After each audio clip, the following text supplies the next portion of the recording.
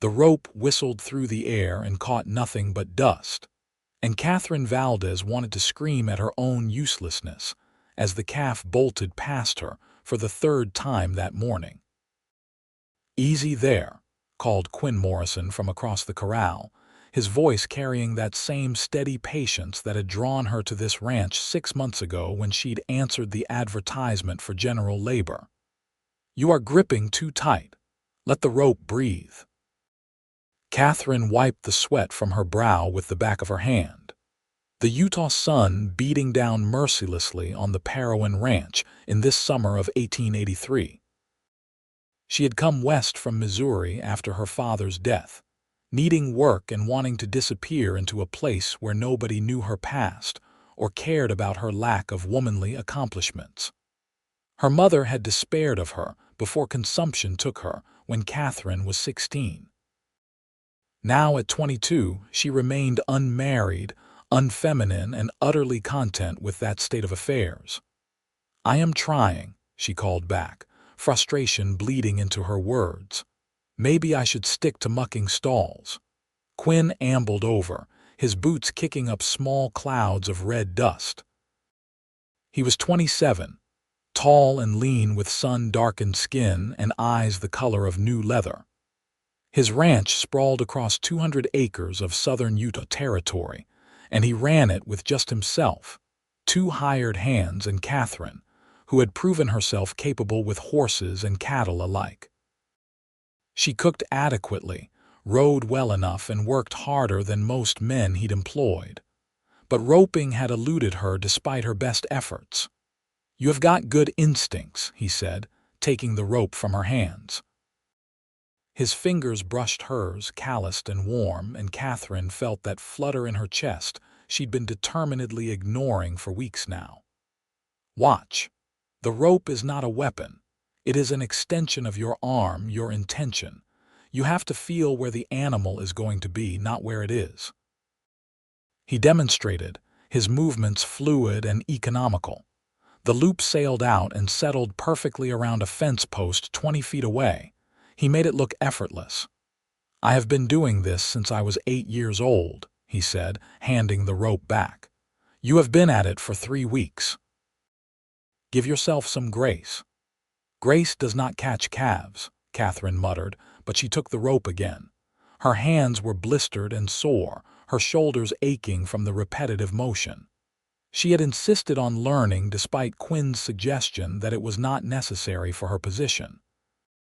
But Katherine hated being unable to do something, hated the idea that any task might be beyond her capability. "Why is this so important to you?" Quinn asked, leaning against the corral fence with that easy posture that suggested he had all the time in the world. It was midday, and the other hands, Jacob and Thomas, had ridden out to check the southern fence line. The ranch felt quiet, intimate, with just the 2 of them and the distant lowing of cattle. Katherine coiled the rope, considering her answer. "My father had a small farm, horses mostly. He taught my brothers everything, but I was supposed to learn needlework and cooking. I used to sneak out and watch them work. I learned to ride by stealing my brother's horse before dawn. I suppose I am still trying to prove I can do what I was told I could not." "Where are your brothers now?" "Dead, cholera 4 years ago, both of them within a week of each other."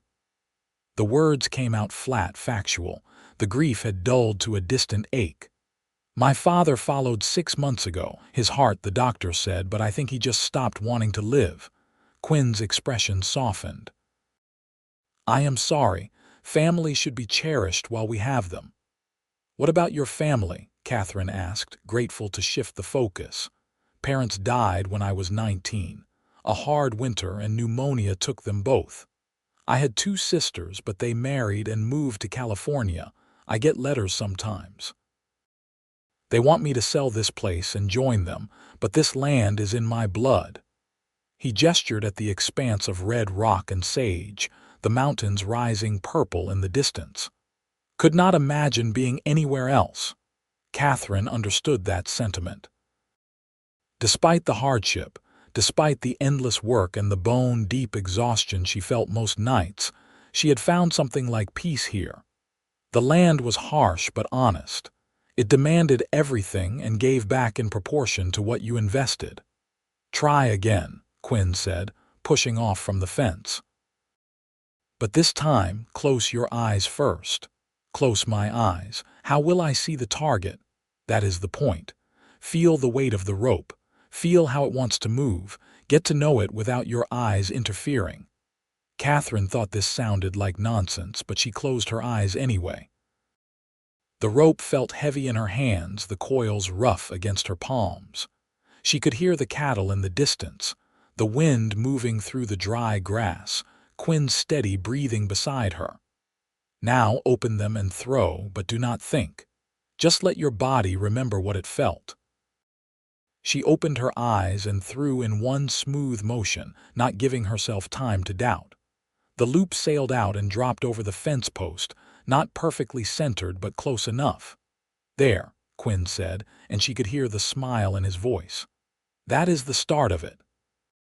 Katherine felt a surge of satisfaction so intense it surprised her. She had done it. Not perfectly, but she had done it.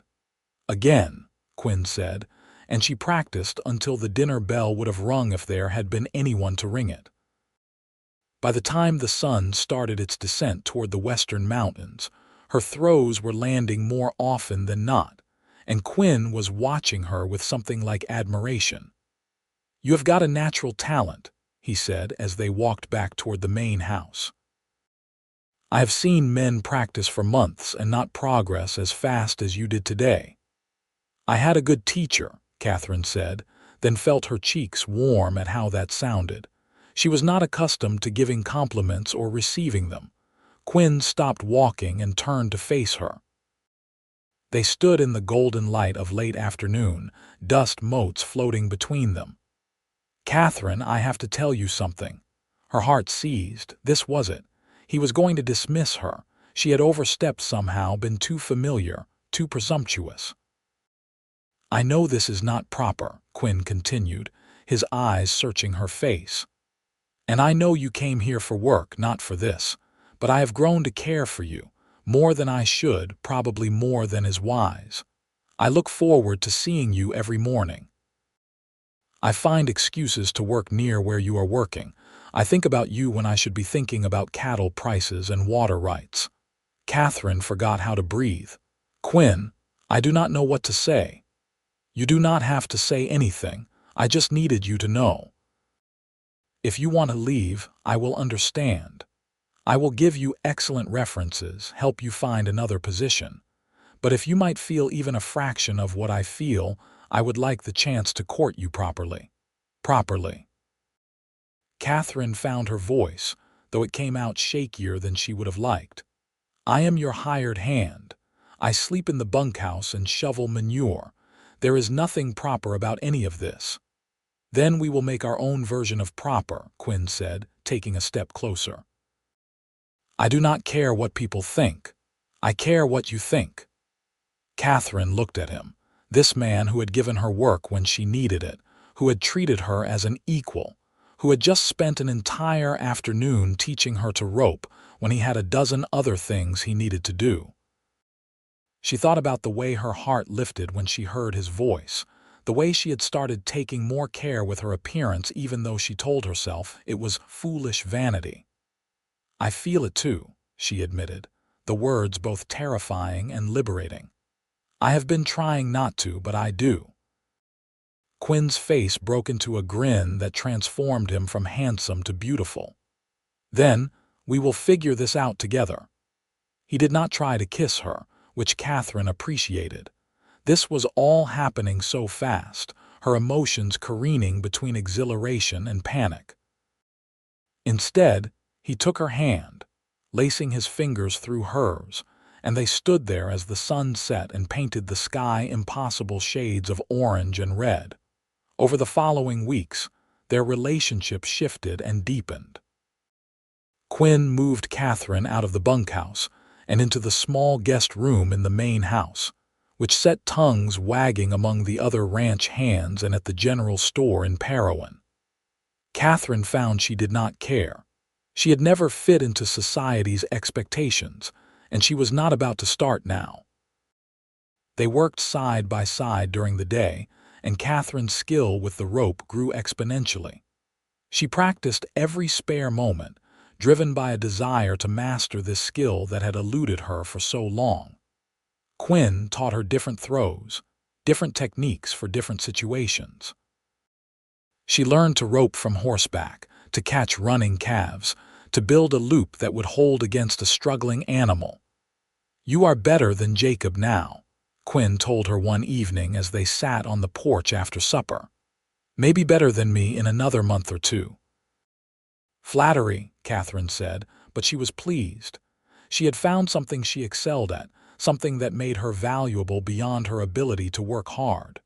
"Truth," Quinn insisted. He reached over and took her hand, a gesture that had become natural between them. "I have been thinking about something." "That sounds dangerous," he laughed. "Probably is, but hear me out. The ranch is doing well, better than it has in years. I am thinking about expanding the cattle operation, maybe buying some of the land to the north. But I need a real partner, someone who knows the business and can handle things when I am gone. Someone I trust completely." "Jacob has been with you for 3 years," Katherine pointed out. "Jacob is a good hand, but he has no interest in being more than that." "I am talking about a real partnership, Katherine. Equal say in decisions, equal share of profits. You and me building something together." Katherine's throat tightened. "Quinn, that is incredibly generous, but people will talk. They are already talking." "Might as well give them something worth talking about." He shifted to face her fully. "Marry me, Katherine. Be my wife and my partner. Help me build this ranch into something that will last." "You do not have to marry me to make me a partner," Katherine said carefully, her heart racing. "I know that. I want to marry you because I love you. The partnership is separate. Even if you said no to marriage, I would still want you as my business partner." He squeezed her hand. "But I am hoping you will say yes to both." Katherine thought about her life before this ranch. The years of drifting, of taking whatever work she could find, of being alone in every way that mattered. She thought about the future Quinn was offering, a life of purpose and partnership and love. "Yes," she said, and the word felt like stepping off a cliff and discovering she could fly. "Yes to all of it." Quinn kissed her then, sweet and gentle, and Katherine felt something inside her that had been clenched tight for years finally relax. They were married 3 weeks later by the traveling preacher who came through Parowan once a month.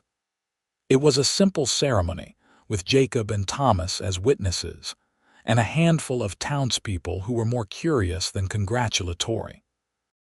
Katherine wore a new dress, the first she had bought in years, a simple blue cotton that Quinn said matched her eyes.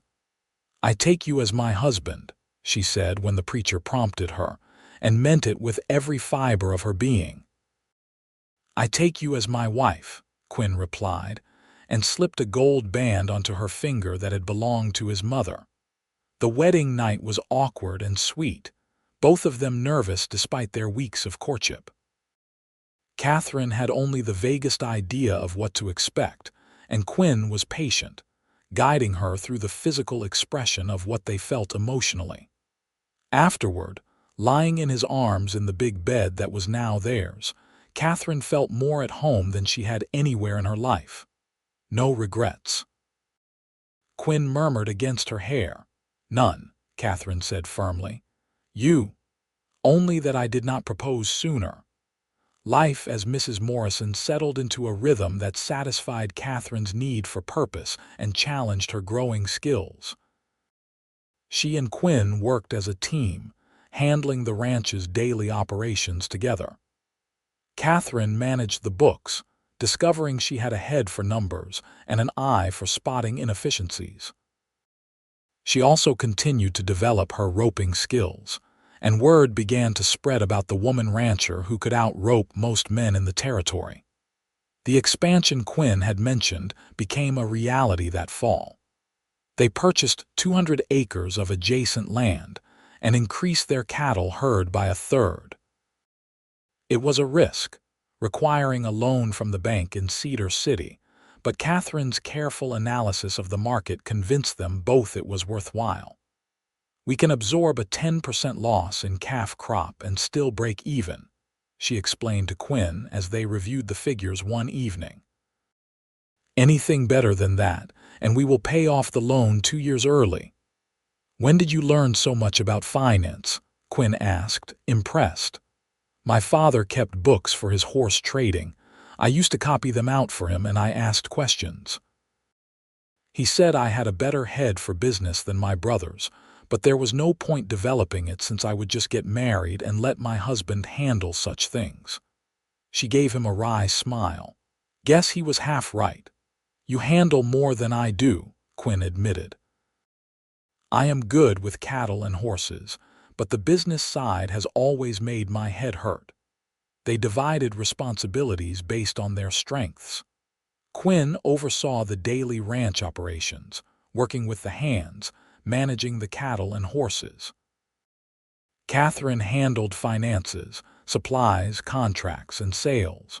She also insisted on continuing to work cattle herself, refusing to become solely a bookkeeper. "I did not move west to sit at a desk," she told Quinn when he suggested she might want to focus more on the business side.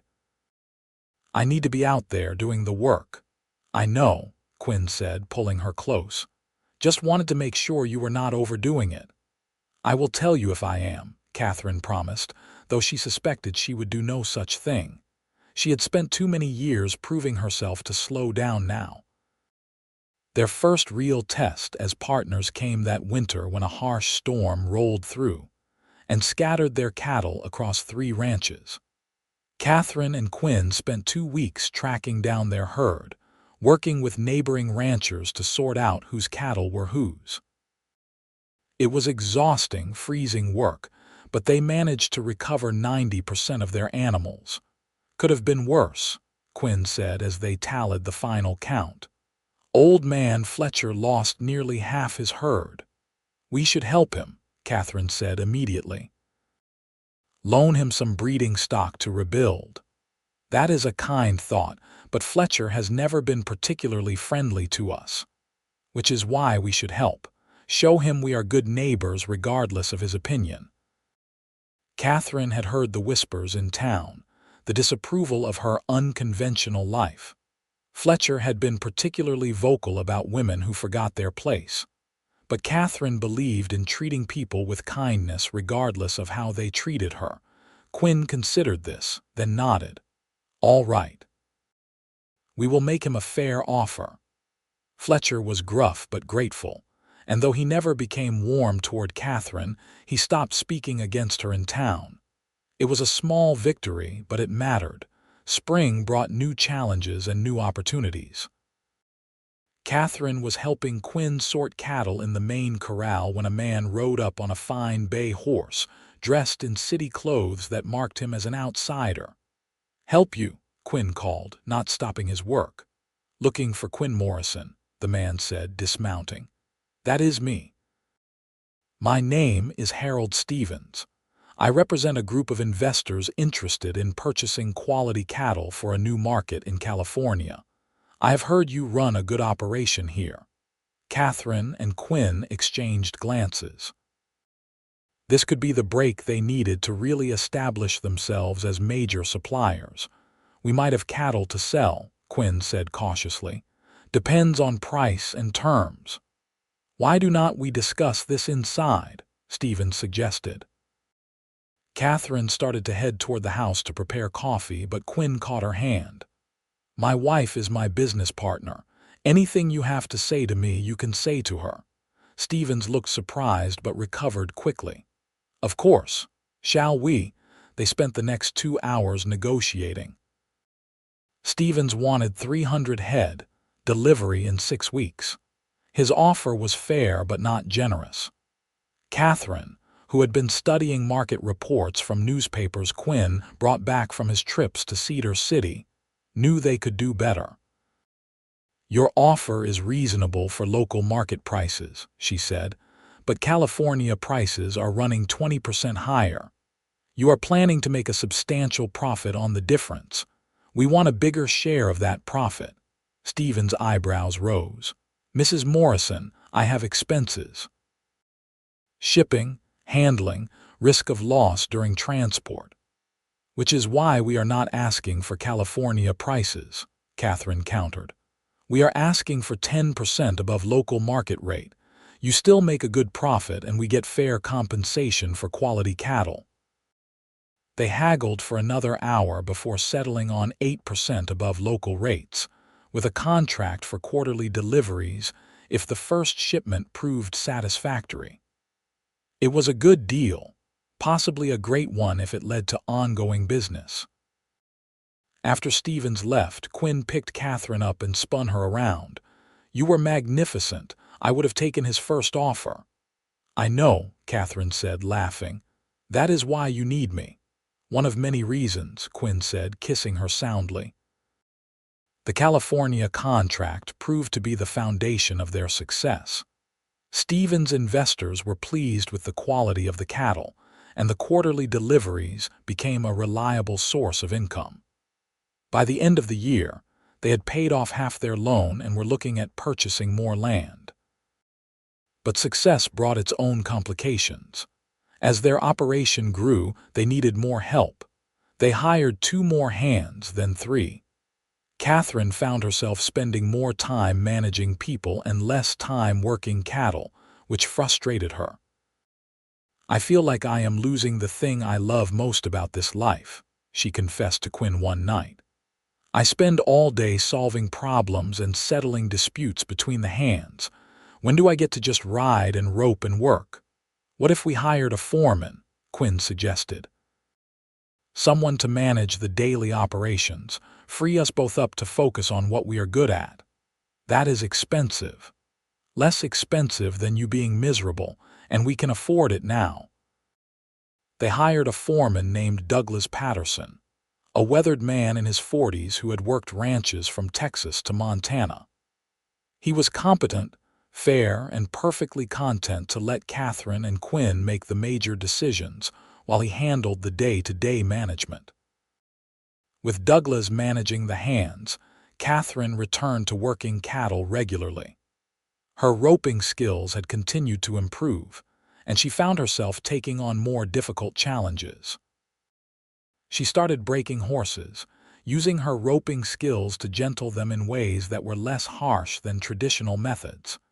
"You have a gift," Quinn told her as he watched her work with a particularly stubborn mare. "The horses trust you." "I think they just appreciate that I do not yell at them as much as most people do," Katherine said. But she was pleased. Word of her skills spread, and neighboring ranchers began bringing her problem horses, animals that had proven too difficult or dangerous for their regular hands to handle.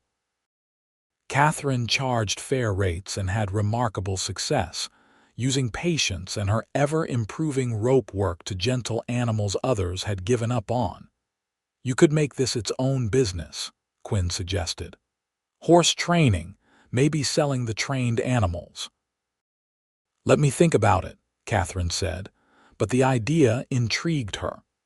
Their second year of marriage brought both triumph and tragedy. The California contracts expanded to include 2 more investor groups, and the Morrison Ranch became one of the most successful operations in southern Utah. Katherine's horse training business grew steadily, and she developed a reputation as someone who could gentle any animal. But in late summer, a fire swept through the northern section of their property, started by lightning and driven by high winds. They lost a barn, 2 line shacks, and 20 head of cattle. No people were hurt, but the financial loss was significant. Katherine threw herself into rebuilding, working alongside the hired hands to construct new buildings and repair damaged fences.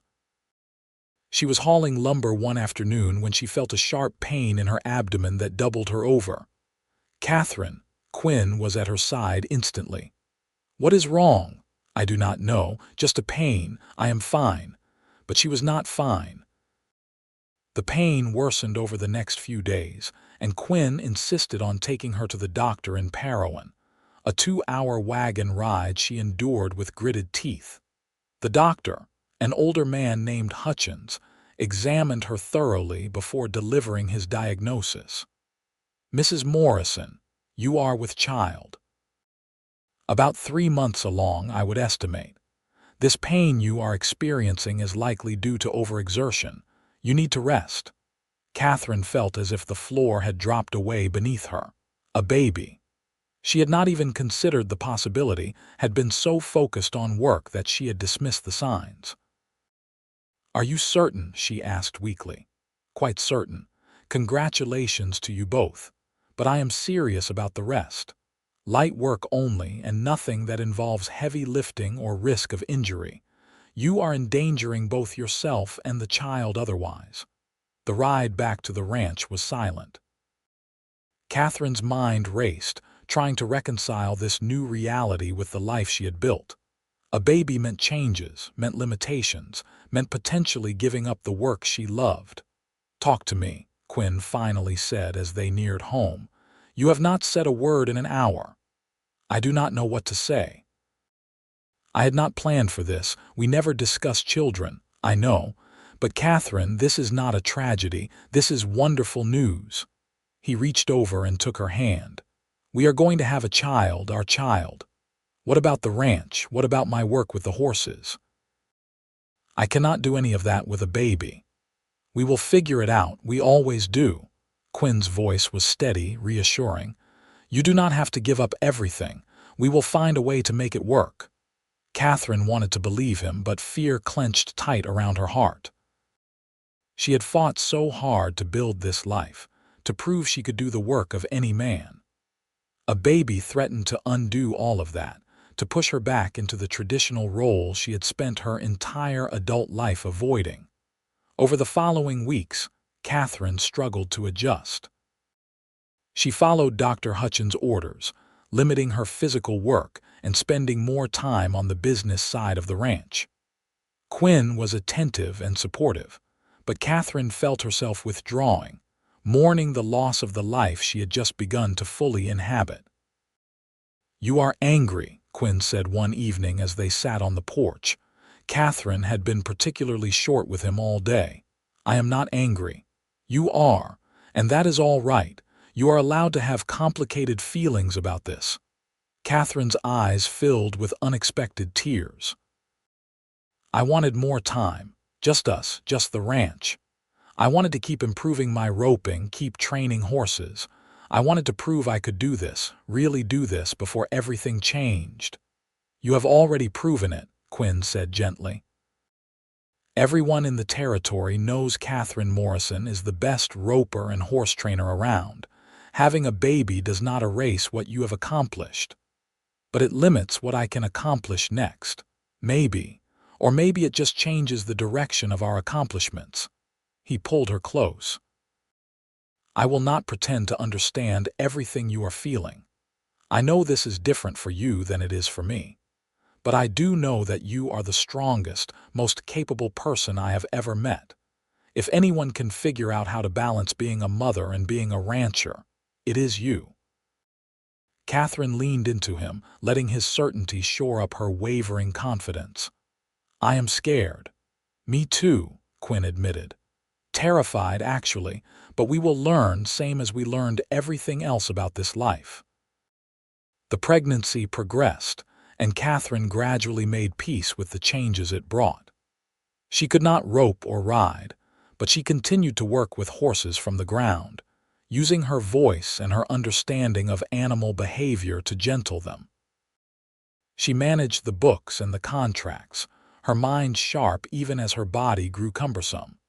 Quinn was endlessly patient, taking over the physical work she could no longer do without complaint or condescension. He seemed genuinely excited about the baby, talking about teaching their child to ride and rope, about building a legacy they could pass down. "What if I am not good at this?" Katherine asked him one night as she lay in bed, her swollen belly making it impossible to get comfortable. "At what?" Being a mother, being soft and nurturing, those are not my strengths. Our child will not need you to be soft, Quinn said, his hand resting on her stomach. Our child will need you to be strong and honest and brave, and you are all of those things. Their son was born in late March of 1885, after a labor that lasted 20 hours and left Katherine exhausted but triumphant. Quinn held the baby with a reverence that made Katherine's heart ache, tears streaming down his face as he counted tiny fingers and toes. "He is perfect," Quinn whispered. "Katherine, he is absolutely perfect." They named him James after Quinn's father. He was a healthy baby with strong lungs and his father's dark eyes. Katherine discovered that, while she was not naturally maternal in the traditional sense, she was fiercely protective and deeply committed to this small person they had created. The first few months were difficult. Katherine was sleep-deprived and overwhelmed, struggling to balance the baby's needs with the ranch's demands. Quinn helped as much as he could, but there were limits to what he could do. Katherine mourned the loss of her physical capabilities, the way her body felt foreign and weak after the birth. "Give yourself time," Quinn urged. "You carried and birthed a child. That takes a toll." "I feel useless," Katherine said, frustrated tears spilling over. She had always prided herself on her strength and competence, and her current state felt like a betrayal of everything she valued. "You are keeping our son alive and healthy. That is the opposite of useless." But Katherine could not shake the feeling that she had lost something essential about herself. She watched from the porch as Quinn worked cattle, her arms aching to hold a rope again instead of a baby. The turning point came when James was 4 months old. Katherine had ventured out to the corral, the baby strapped to her chest in a carrier one of the ranch wives had shown her how to make. She was not supposed to be working, but she needed to feel useful, needed to prove to herself that she had not completely lost her skills. A young horse was being difficult, dancing away from Douglas every time he tried to approach with a halter. Katherine watched for a few minutes, then picked up a rope. "Mrs. Morrison, you should not," Douglas started, but Katherine was already building a loop. The throw was rusty, her muscles weak from months of disuse, but the loop settled around the horse's neck as if she had never stopped practicing. The horse quieted immediately, responding to her calm, confident energy. "I'll be damned," Douglas muttered. "You have not lost it." Katherine felt something inside her shift, a piece of herself clicking back into place. She had not lost who she was. She had just added to it. From that day forward, Katherine began rebuilding her strength and her skills. She worked cattle with James strapped to her chest, the baby seeming to enjoy the motion and the outdoor air. She took up roping practice again during his nap times, her throws gradually regaining their accuracy. Quinn watched this transformation with relief and admiration. "You are going to give that boy an unusual childhood," he observed one day as Katherine nursed James while simultaneously reviewing a contract from a new buyer. "Good," Katherine said. "Unusual suits our family." As James grew, he became as much a fixture of the ranch as any of the animals or equipment. He learned to walk holding onto corral fences, learned to talk in the language of cattle and horses. Katherine taught him to rope when he was barely 3 years old, fashioning a small loop he could manage with his tiny hands. "He has your talent," Quinn said, watching their son successfully loop a fence post after a dozen tries. "He has our talent," Katherine corrected. "This is something we built together." The ranch continued to thrive.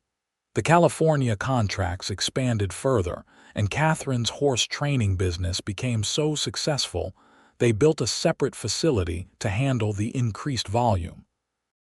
Katherine hired a young woman named Sarah to help with James and the household work, which freed her up to return to the work she loved. "You were right. Katherine told Quinn one evening as they watched James play in the yard while they worked on planning the next year's cattle purchases. "We figured it out. We always do," Quinn said, pulling her close for a kiss. When James was 5, Katherine found herself pregnant again. This time, the news did not fill her with panic. She knew what to expect, knew that motherhood did not mean abandoning her work or her identity. This pregnancy was easier, her body remembering what to do, and she worked almost until her due date. Their daughter was born in the spring of 1890, a tiny thing with Katherine's blonde hair and a temperament that suggested she would match her mother's determination. They named her Lily after Quinn's mother. "Now we have one of each," Quinn said, cradling his daughter while James peered at his new sister with suspicious interest. "Is she going to cry all the time?" James asked. "Probably," Katherine said. "Babies do that." "Can I teach her to rope when she is bigger?" "Absolutely." Life with 2 children was chaotic but fulfilling. Katherine managed to balance motherhood with her work on the ranch, and Quinn proved to be an involved, loving father. They taught both children to ride and rope, to understand the business side of ranching, to respect the land and the animals in their care. James proved to have his mother's analytical mind and his father's easy way with animals. Lily was stubborn and fearless, insisting on trying everything her brother did despite being years younger. Katherine saw herself in her daughter and made sure to nurture that fierce independence. The ranch grew to over 1,000 acres by the mid-1890s, one of the largest operations in southern Utah. Katherine's roping demonstrations at local fairs and events became legendary, drawing crowds who came to watch a woman outperform most male ropers. She never competed officially, as women were not allowed in most competitions, but she would demonstrate after the official events, and the spectators always knew who the real star was. "You are famous," Quinn teased after one particularly successful demonstration. "The famous roping woman of Parowan." "I am your wife and your partner," Katherine corrected. "The roping is just what I do, but the roping had become more than that." It had become a symbol of everything Katherine had fought to achieve, of her refusal to accept limitations based on gender, of her determination to excel at what she loved. Young women began seeking her out, asking to learn, wanting to know how she had built such an unconventional life. Katherine taught them when she could, passing on not just the technical skills of roping but the confidence and self-belief that had carried her through her own struggles. She became, without intending to, a mentor and role model. "You are changing things," Quinn observed after a young woman named Mary completed a successful apprenticeship and went on to manage her family's ranch. "Showing people what is possible." "I am just living my life," Katherine said, but she understood what he meant. Every woman who learned to rope, every girl who saw Katherine working cattle alongside men, was proof that the old limitations did not have to hold. In 1895, a journalist from a San Francisco newspaper came to write a story about the Morrison Ranch and its unusual partnership. Katherine was reluctant to participate, uncomfortable with the attention, but Quinn convinced her it could be good for business. The resulting article, titled "The Roping Rancher and Her Partner in Life and Work," brought unexpected attention. Letters arrived from across the country, some praising Katherine's achievements, some condemning her for abandoning feminine propriety. Katherine read them all with detached interest, unbothered by either extreme. "You have admirers and detractors," Quinn said, sorting through another batch of mail. "I have a ranch to run," Katherine replied. "The opinions of strangers are not relevant to that work." But some of the letters were from young women asking for advice, sharing their own dreams of unconventional lives. These Katherine answered carefully, offering practical guidance and encouragement. As the new century approached, Katherine and Quinn looked back on what they had built with satisfaction. The ranch was successful and stable. Their children were healthy and growing into capable young people. James, at 15, already handled many ranch responsibilities with maturity beyond his years. Lily, at 10, could outride most adults and was developing a talent for horse training that matched her mother's. "We did all right," Quinn said one evening as they sat on the porch, watching the sunset paint the Utah mountains in shades of gold and crimson. 20 years had passed since the day Katherine first tried to rope a calf and failed repeatedly. 20 years of partnership, of love, of building something that mattered. "We did better than all right," Katherine said, taking his hand. "We built something real." The ranch continued to prosper as the new century unfolded. Katherine and Quinn gradually transferred more responsibilities to James as he matured, preparing him to eventually take over the operation. But Katherine had no intention of retiring. At 41, she was still roping, still training horses, still managing the business side of the ranch with sharp efficiency. "You are going to work until you drop, are not you?" Quinn asked her one day, not disapprovingly. "Probably," Katherine admitted. "This is who I am." "I know. It is one of the things I love most about you."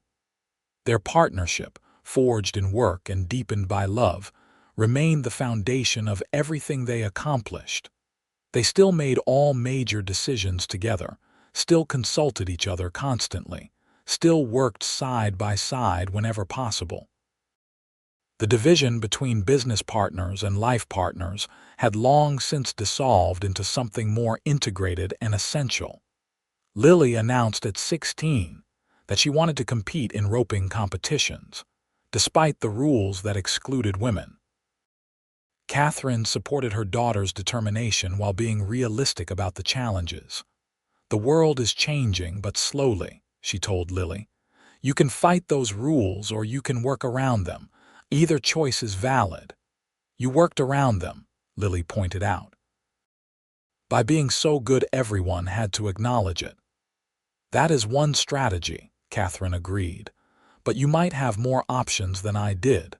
Women are starting to organize to demand equal treatment. Maybe your generation will see real change."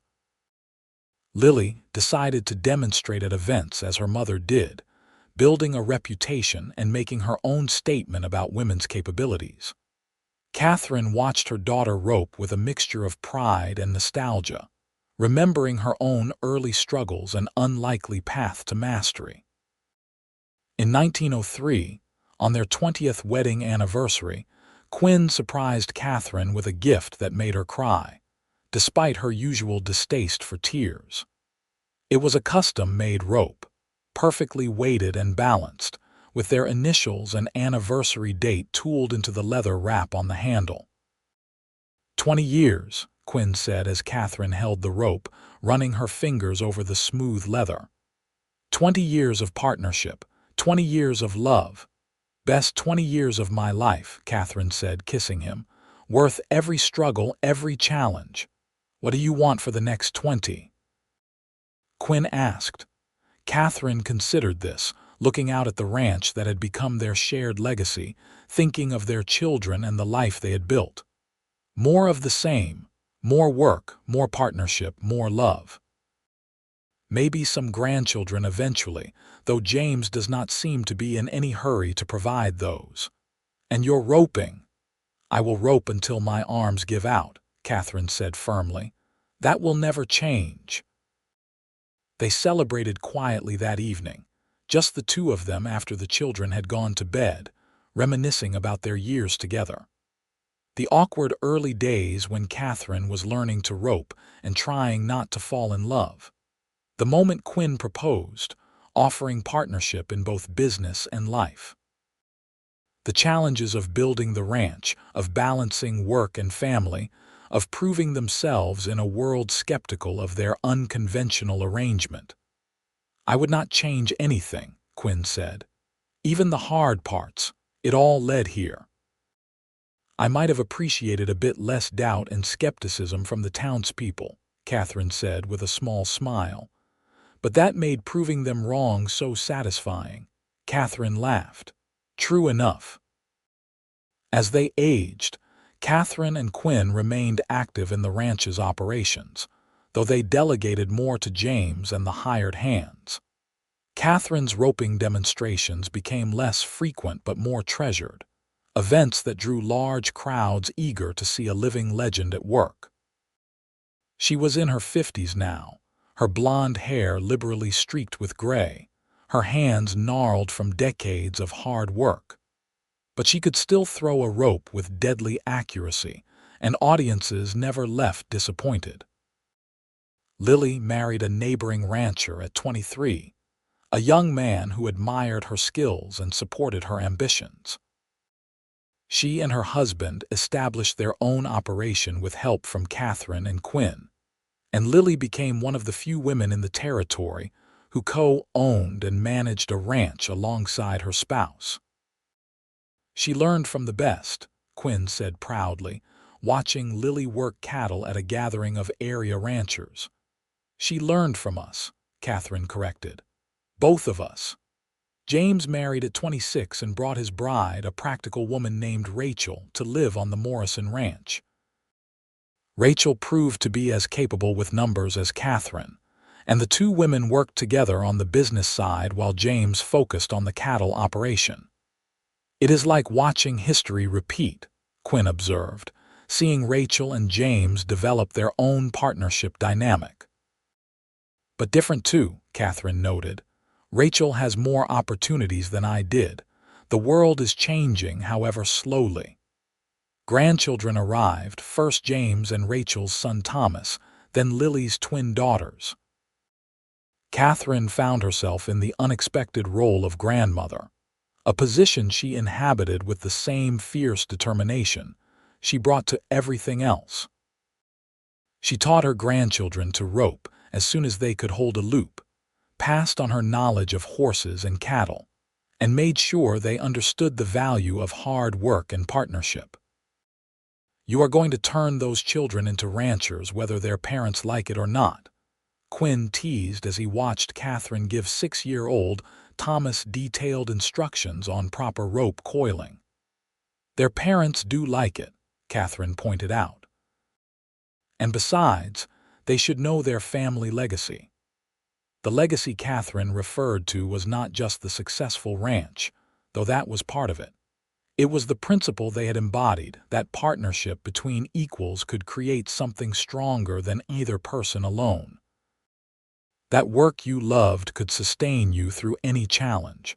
That conventional roles and expectations did not have to define your life. In 1912, when Katherine was 51 and Quinn was 56, they sat on their porch on a late summer evening, surrounded by the evidence of their shared life. The ranch sprawled across the valley, prosperous and well-maintained. Their children and grandchildren were healthy and thriving. The rope that had brought them together still hung on a peg by the door, though Katherine now had several custom-made ropes to her name. "Do you remember that first day I tried to teach you to rope?" Quinn asked, his arm around Katherine's shoulders. "I was so frustrated I wanted to scream," Katherine recalled. "Could not understand why it would not work, why the rope would not do what I wanted." "And now you have forgotten more about roping than most people will ever learn." "I had a good teacher," Katherine said, the same thing she had said all those years ago, but with deeper meaning now. Quinn had taught her roping, but more importantly, he had taught her that partnership was possible, that love and work could interweave into something sustaining and real. "We taught each other," Quinn said, "still teaching each other." They watched the sunset together, comfortable in the silence that came from decades of shared life. The evening was warm, the cattle lowing in the distance, the mountains solid and eternal against the darkening sky. 29 years, Katherine said softly. Since I first came to this ranch looking for work. 28, since you agreed to marry me. Best decision I ever made. Katherine leaned into him, content in a way she never imagined possible during those lonely years before she found this place and this man. The years that followed were gentler, slower. Katherine and Quinn officially retired from active management of the ranch when Katherine was 55, though they remained available for advice and still helped with major decisions. James ran the operation with Rachel's partnership, continuing the model his parents had established. Katherine's demonstration, roping, became a special occasion event, saved for important gatherings and celebrations. Her accuracy remained remarkable despite her age, though she admitted to Quinn that her arms tired more easily than they once did. "You have earned the right to slow down," Quinn told her. "I am not good at slowing down," Katherine replied, but she found she did not mind the quieter pace as much as she expected. There was satisfaction in watching the next generation take over, in seeing her children and grandchildren thrive. She spent more time training horses, work that was less physically demanding but still challenged her mind and skills. She also devoted time to mentoring young women who sought her out, drawn by her reputation and wanting to learn from her example. "You are still changing the world," Quinn observed as he watched Katherine work with a young woman named Katherine who was learning to rope. "One person at a time," Katherine said. "It is all we can do."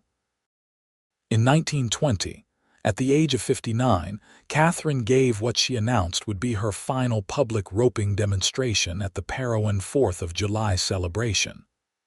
The entire town turned out, along with ranchers from across the territory. Katherine's children and grandchildren were there, and Lily had organized a tribute to her mother's achievements. Katherine stood in the center of the arena, holding her favorite rope, and felt the weight of the moment. This was the culmination of 40 years of work, of proving herself, of refusing to accept limitations.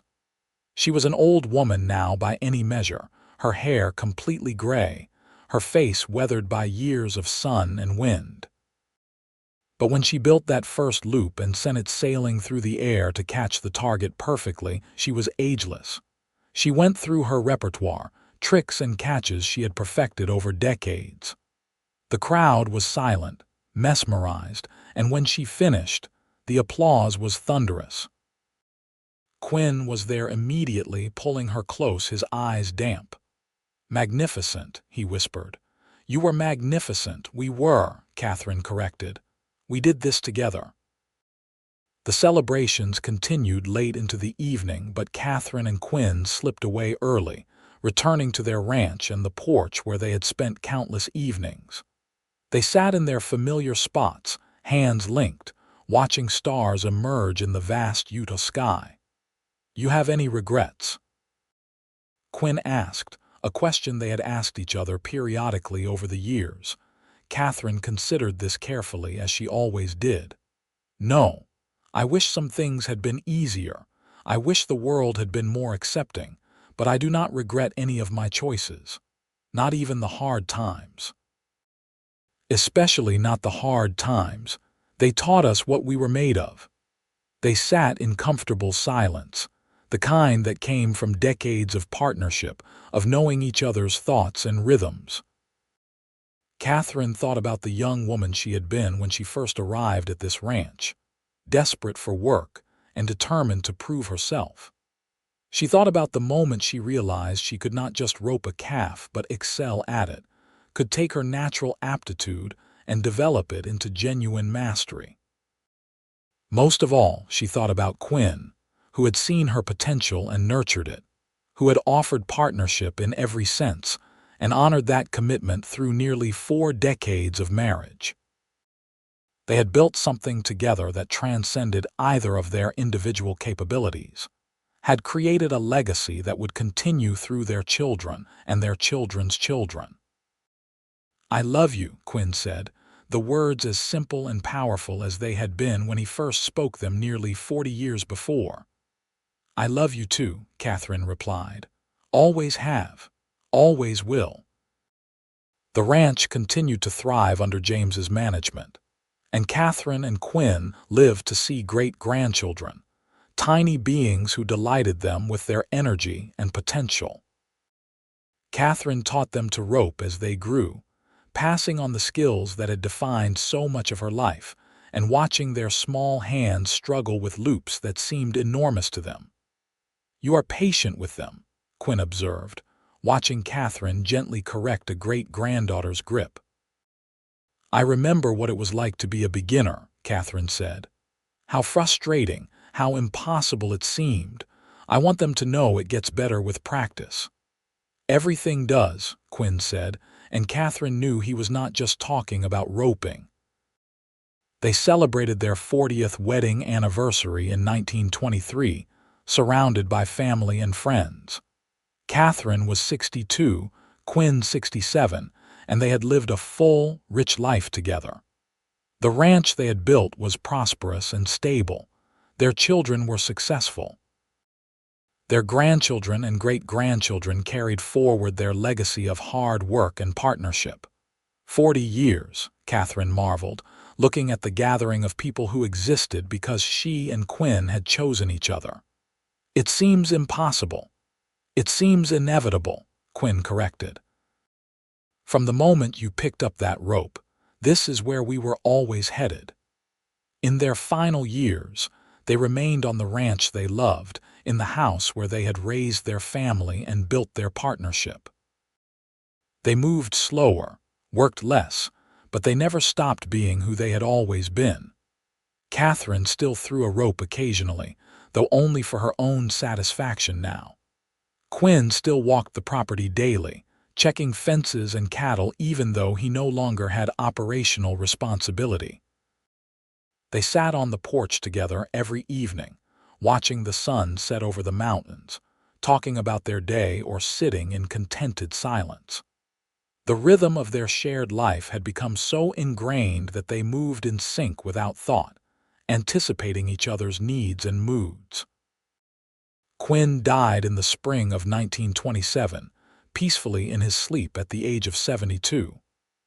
Katherine woke to find him gone, and though she had known this day would eventually come, the reality of it hollowed her out.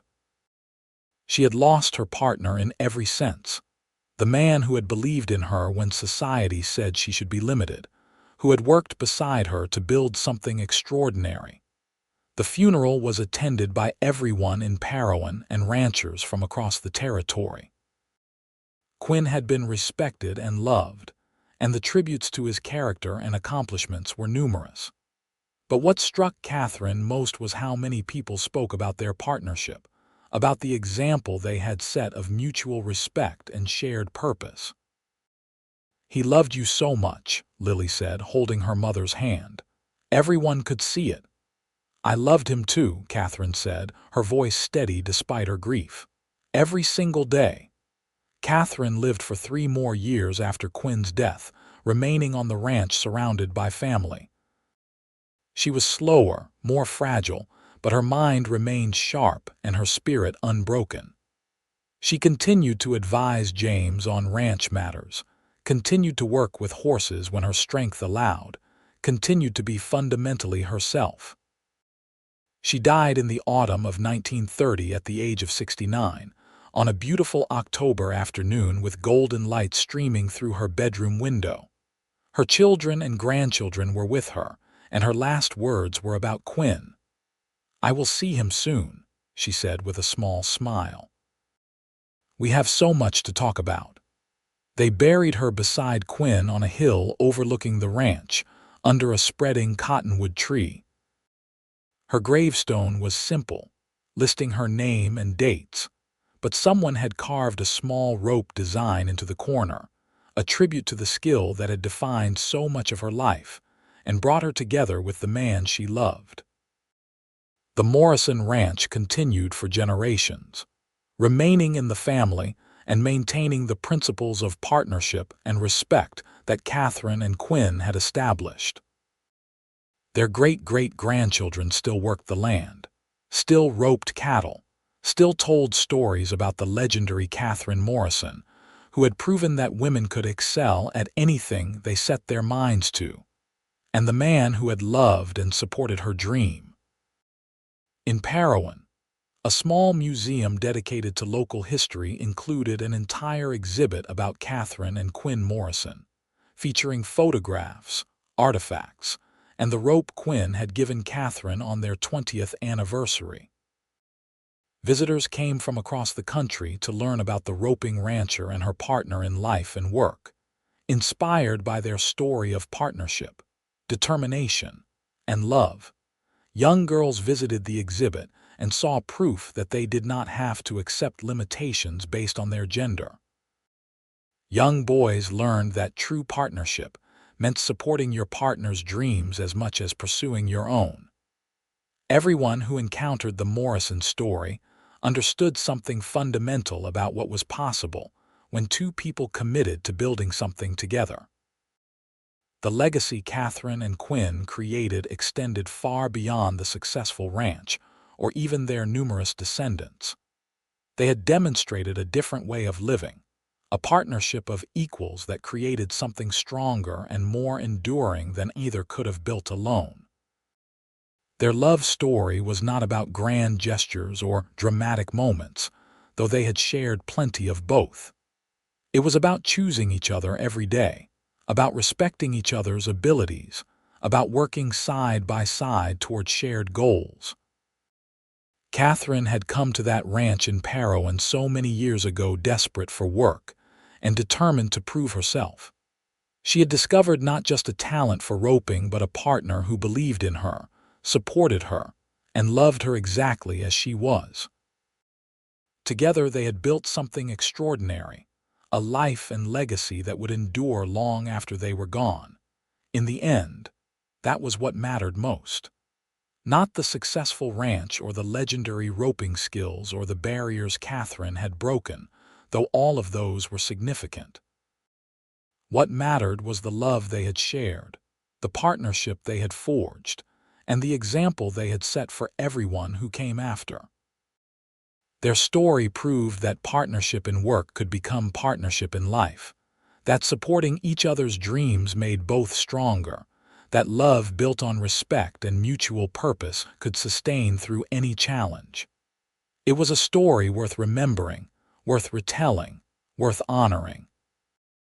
And on quiet evenings, when the sun set over the Utah mountains and painted the sky in shades of gold and crimson, people on the Morrison Ranch would sometimes swear they could see two figures on the old porch, sitting close together, watching the land they loved with satisfaction and peace. Whether this was imagination or something more did not really matter. What mattered was that Katherine and Quinn Morrison's love and partnership had become legend, an enduring reminder of what was possible when two people chose to build a life together based on equality, respect, and unwavering commitment to each other's success and happiness. The rope Katherine had struggled with that first day, the skill that had brought her and Quinn together, remained a symbol of their story. It represented persistence, partnership, and the refusal to accept limitations.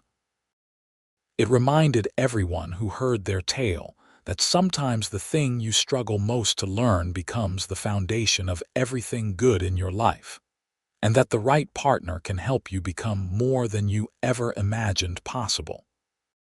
Their descendants continued to rope, continued to work the land, continued to honor the principles Katherine and Quinn had lived by.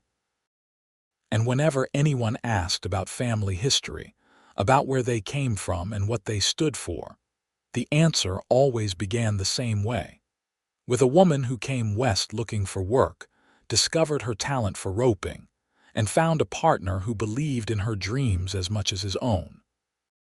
Together they built something that lasted, a legacy of love and partnership that would endure for generations to come.